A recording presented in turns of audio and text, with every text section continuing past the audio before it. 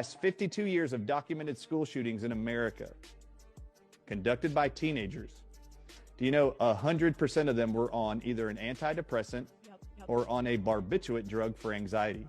And every one of these antidepressants, including Prozac, Zoloft, Xanax, you name them, all these anti-anxiety drugs and antidepressants, do you know every single one of them are published to increase the risk of suicide behavior and actions, and I quote, lead to violent and homicidal actions.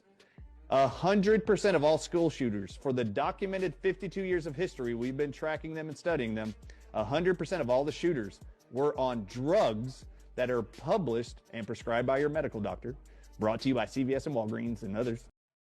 Look, I am of the opinion, this is very unpopular. I think that like 95% of the mental health industry is a scam. They are incentivized to medicalize every element of the human condition. Just a couple of years ago, they came out with a new condition, you guys. Have you heard of this? Prolonged grief disorder. Oh, your child died and it's been 9 months and you're still sad about it? You're still grieving?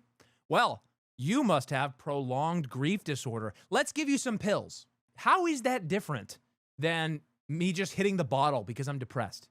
It's not. They give you all these drugs. They hop us up on drugs and then wonder of wonders. Yeah, there's increased homicide. There's increased offing ourselves. It's pathetic.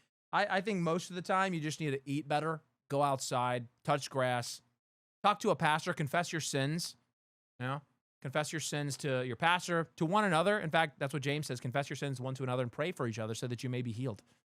Maybe in extreme cases, there is some kind of need for some sort of pharmaceutical, but I think it's so extreme. Right now, I think 95% of the people who are on quote-unquote depression medication and anxiety medication, I think they just need to confess their sins and eat healthy, and look to Jesus Christ.